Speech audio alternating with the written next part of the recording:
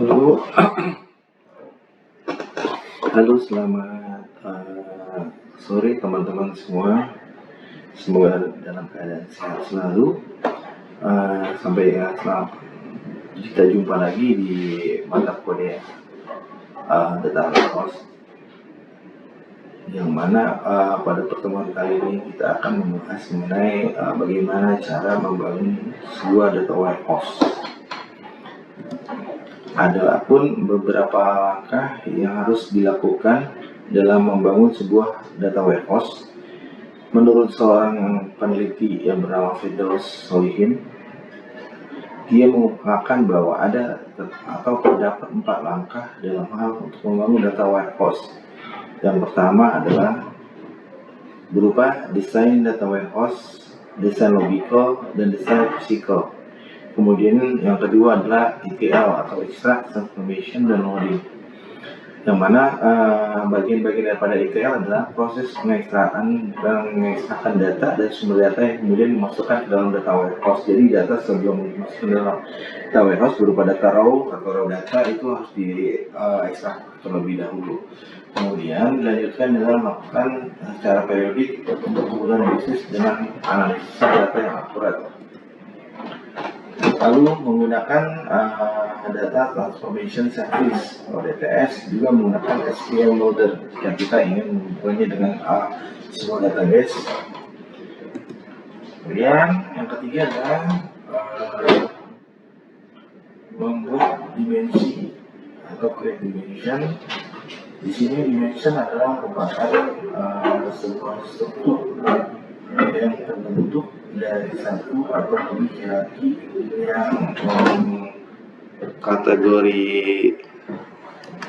yang mengkategorisasi data. Kemudian dimensi juga adalah bentukan dari satu atau lebih dari tabel, di mana setiap kolomnya dapat merepresentasikan level pada hierarki seperti ini.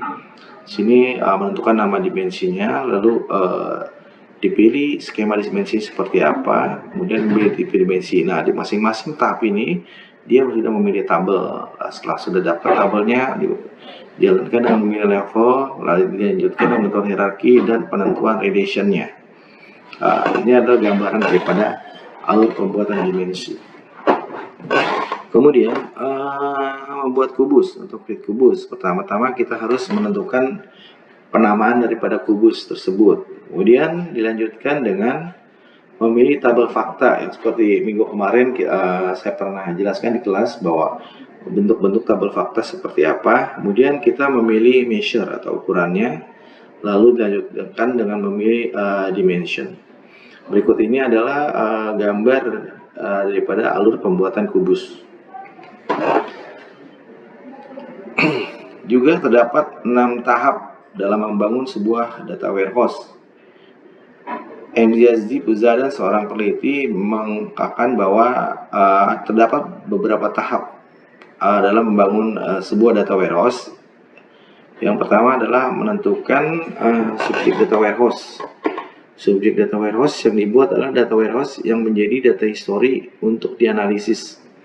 Kemudian mendefinisikan kebutuhan sumber data dan kebutuhan informasi, yakni berupa sumber data. Di sini kebutuhan sumber data merupakan data transaksi atau OLTP yang berlangsung selama proses operasional database. Adapun data tersebut adalah database yang dikelompokkan berdasarkan mekanisme pengolahan data transaksi. Kemudian kebutuhan informasi juga dapat didefinisikan atas kebutuhan informasi yang diperoleh dari melakukan hasil observasi, pengamatan atau secara langsung ataupun wawancara langsung terhadap manajemen sebuah perusahaan yang kita akan teliti atau kita akan gali data informasi mereka untuk dijadikan dalam sebuah data warehouse. Kemudian merancang star skema atau skema star dengan memperhatikan struktur kolom yang terdapat pada setiap tabel. Kemudian juga dapat diperoleh aktivitas atas transaksi data yang tidak efisien, di mana terjadi sebuah kecenderungan pada setiap aktivitas data yang berlangsung secara rutin atau berulang-ulang ya.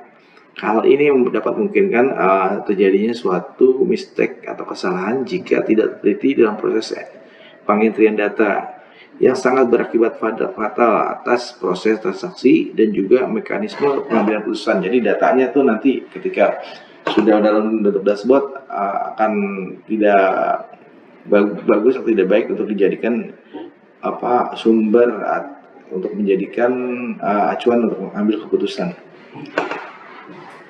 Kemudian desain ETL, terdapat beberapa tahapan dalam desain ETL, yaitu pembersihan data atau cleansing, kemudian mereduksi beberapa kolom pada tabel tertentu yang terdapat di database transaksi. Data warehouse, satu mereduksi atau drop data sesuai kebutuhan informasi yang ditentukan. Jadi dipilah-pilah gitu data mana yang akan ditampilkan, data mana yang akan dimasukkan ke dalam data warehouse untuk diolah. Jadi kita harus masukkan cleaning dulu ya. Apakah ada data-data redundant, data-data yang masih belum baik. Kemudian membuat tabel baru yang berfungsi sebagai relasi atau keterhubungan antar satu tabel dengan tabel lainnya, dan dilanjutkan dengan melakukan sebuah proses ETL dengan menggunakan tools yang sesuai dengan dan tepat. Di sini banyak ya macam-macam tools untuk melakukan ekstraksi data ya. Kemudian membuat kubus dan dimensional data. Pada pembuatan kubus, data warehouse yang terbentuk digunakan sebagai data source.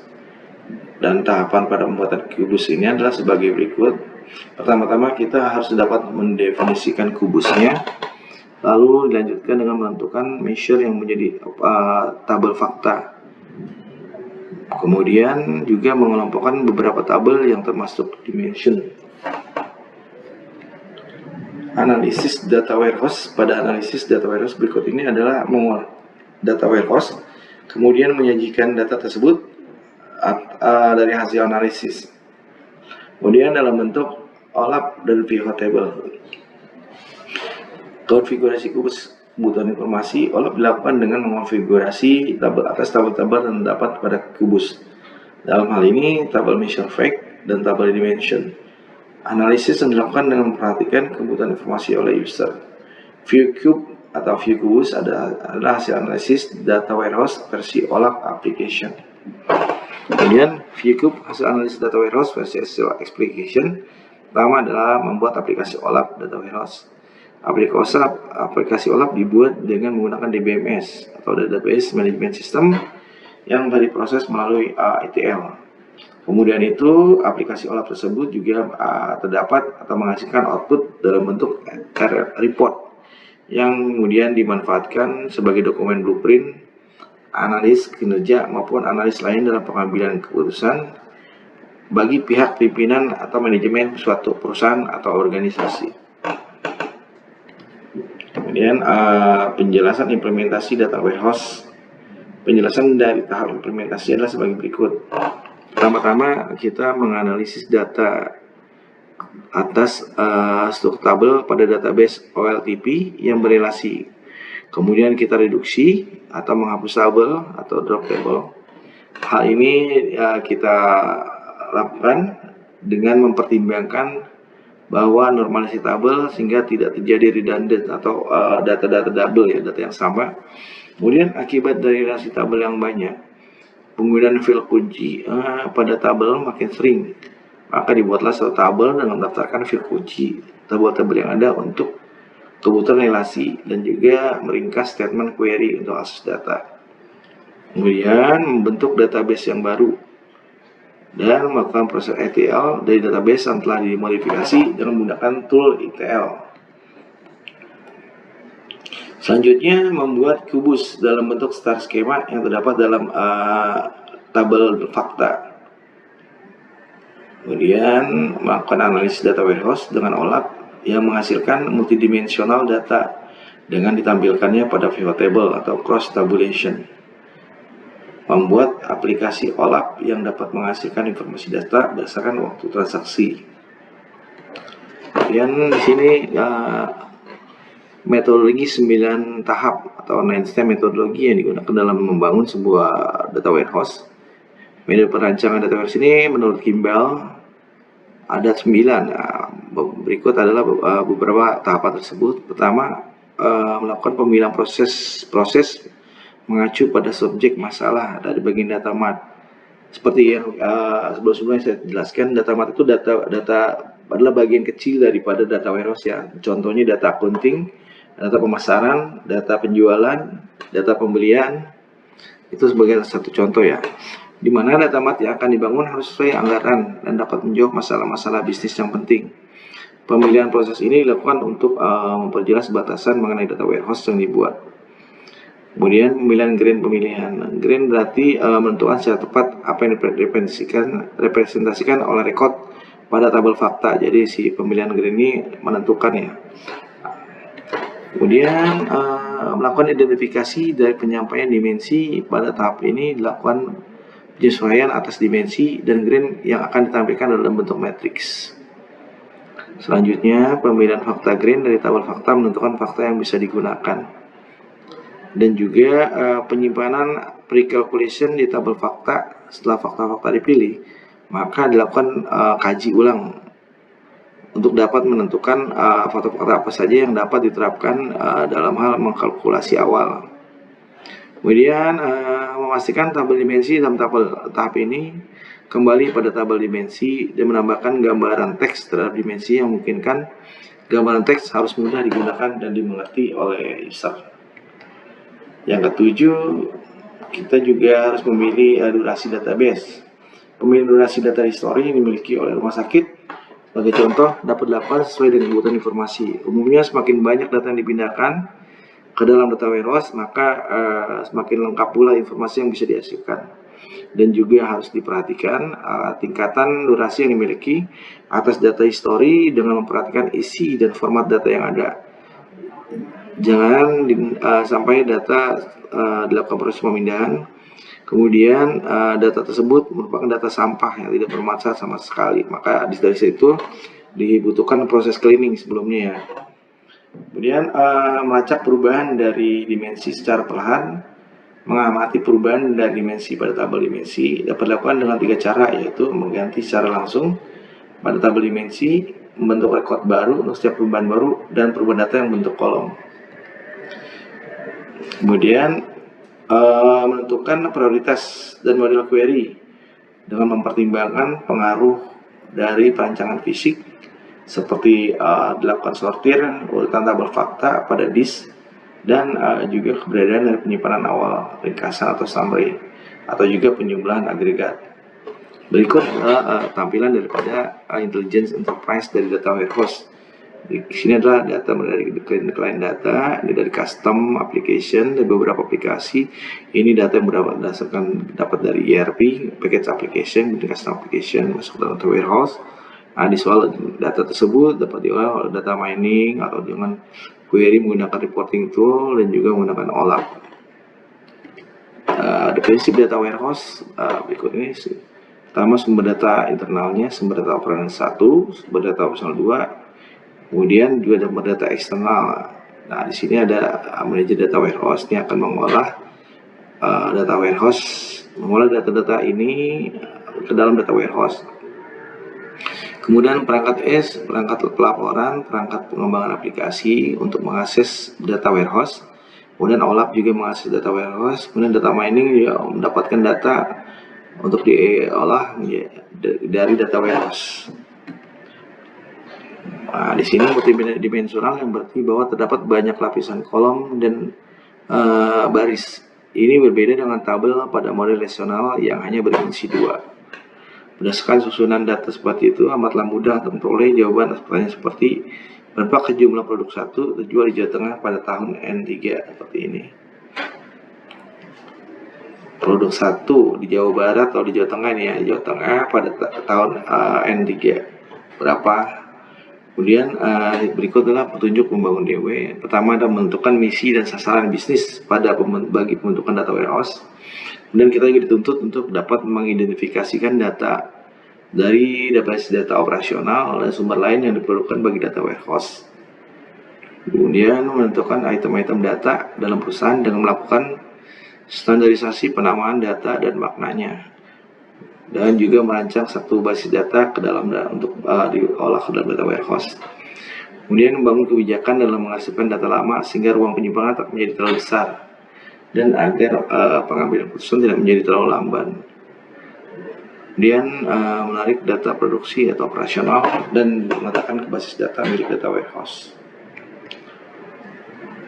Simak tadi ya, bagian data mart itu ada bagian dari data warehouse yang mendukung kebutuhan pada tingkat departemen atau fungsi bisnis tertentu dalam perusahaan. Karakteristik yang membedakan data mart dan trace adalah sebagai berikut. Data mart hanya memfokuskan pada kebutuhan memakai yang terakhir dalam sebuah departemen atau fungsi bisnis. Data mart biasa tidak mengandung data operasional yang seperti data warehouse. Dan juga data mart hanya mengandung sedikit informasi dibandingkan dengan data warehouse. Data mart lebih mudah dipahami dan dinavigasi. Contohnya seperti ini, data mart subset of data warehouse for community users. Contohnya accounting departemen. Kemudian suatu masa eksis sebagai multidimensional database dan format melakukan summarize data plus laporan untuk community user. Perbedaan data warehouse dan data mart. Data warehouse mengikuti semua proses, kemudian gabungan data mart dapat staging, memprosesikan data dari usaha atau organisasi, kemudian diorganisasi dalam IR model. Sedangkan data mart adalah milik departemen, satu bisnis proses, join, fakta dan dimensi, dan lebihnya optimal untuk pengaksesan dan analisis data. Ini sangat cocok untuk merepresentasikan data departemen.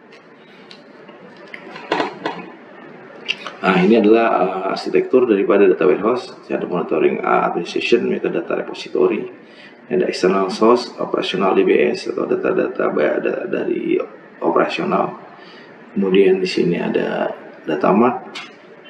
Kemudian lakukan ETL, extract, transform, load, refresh, masuk ke data warehouse, dilayani. Kemudian proses oleh OLAP.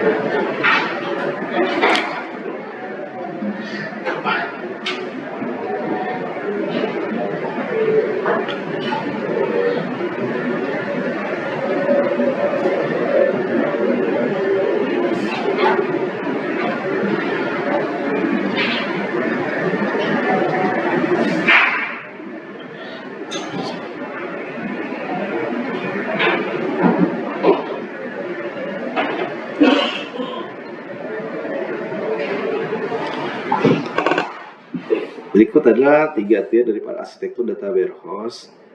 Pertama, database server atau warehouse database server, mana menggunakan relational DBMS. Kemudian OLAP server, di sini ada OLAP relational menggunakan juga istilah relational DBMS. Kemudian multidimensional OLAP atau MOLAP, special purpose server that directly implement multidimensional data operation.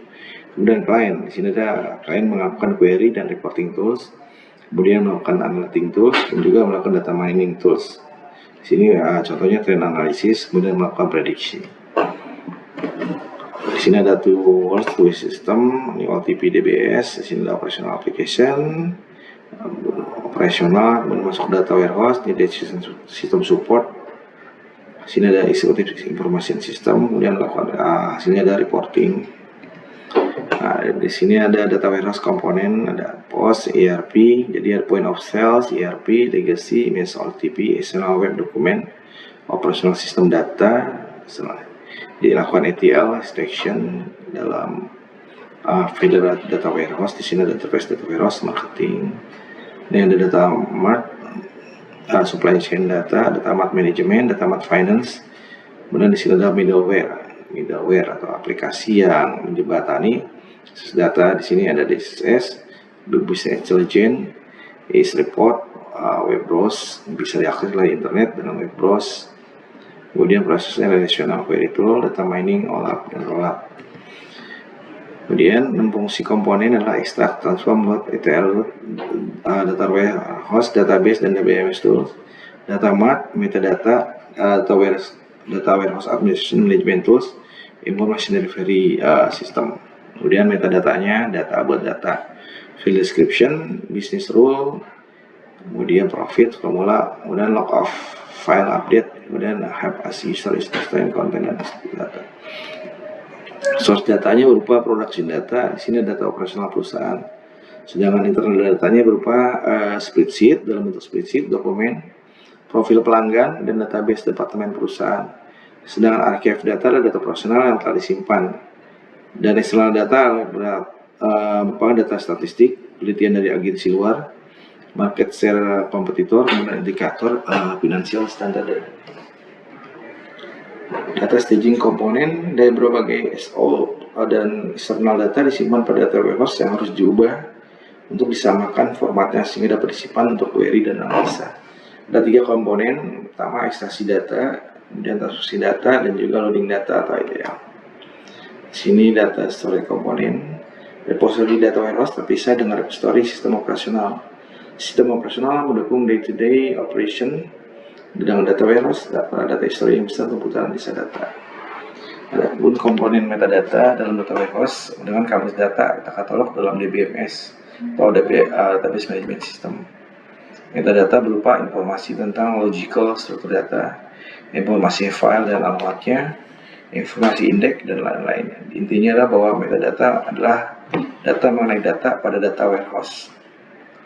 Pengenalan metadata, tipe-tipe metadata, operasi metadata, ekstraksi dan transfer metadata, dan end user metadata. Untuk operasi metadata terdiri semua informasi tentang data sumber. Prosesnya adalah pilih data dari sistem sumber untuk data warehouse, kemudian pisahkan recordnya, kemudian digabungkan atas bagian-bagian record dengan file sumber lainnya, dan berhasil dengan skema multiple coding dan panjang file. Lalu dilakukan ekstraksi dan informasi metadata terdiri dari data ekstraksi data dari sistem sumber, yaitu extraction frequency, extraction method, dan business rule untuk data extraction. Kemudian end user metadata adalah peta navigasi pada data warehouse. Berikut adalah fungsi daripada metadata. Metadata ini fungsinya adalah untuk menggabungkan semua bagian pada data warehouse, kemudian menyediakan informasi tentang isi dan struktur pada pengembangan.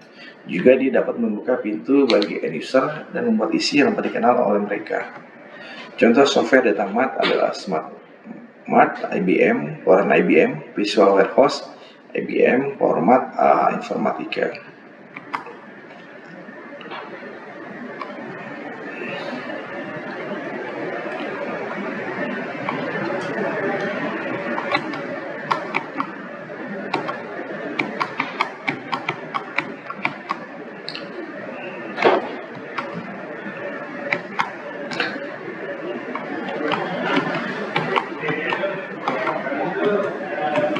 Oke, demikian perkuliahan kita pada hari ini mengenai membangun sebuah sistem data warehouse. Semoga dapat bermanfaat. Jika ada yang kurang dipahami atau dimengerti, bisa lakukan dengan reply di forum e-learning ini, atau juga bisa reply di grup kelas. Oke, terima kasih. Selamat malam.